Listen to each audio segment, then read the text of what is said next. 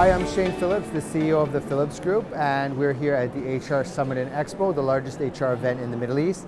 And I'm here with Delna Elavia, who's the head of HR for Estée Lauder for India. Welcome. Hi. So you said you're doing a lot of exciting things around employee engagement. I mean, can you tell us a little bit of what the latest initiatives are that Estée Lauder is leading? Sure. So I'll talk about the initiatives we're doing in India right now. We started off back in 2013 with one of our biggest initiatives, which was easy to do, but we got a lot of restraint, and it's worked really well. It was a simple thing. For most of the world, it seems like the most logical. It was to introduce a 5-day work week for retail staff.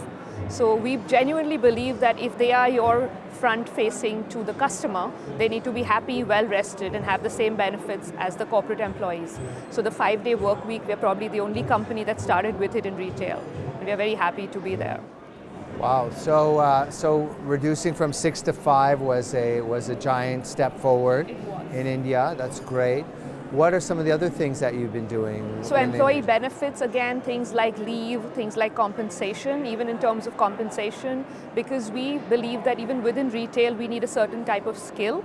Either we get the people with the makeup skill, or we train them to get the makeup skill within. Either ways, we do pay them above bench, which means that we are best in class in terms of retail salaries. Right, okay. So they can cash in if you get a job with Estée Lauder. Yep. And they can enjoy all the benefits. And what do you see as some of the future things that will be on the horizon as you kind of evolve with your commitment to being best in class? I think moving away, especially in the multi-channel format like a Sephora or a Nykaa, moving away from thinking about just selling one particular brand to selling multi-brands. And how do you do that? So how do you differentiate for a consumer when you're representing so many brands?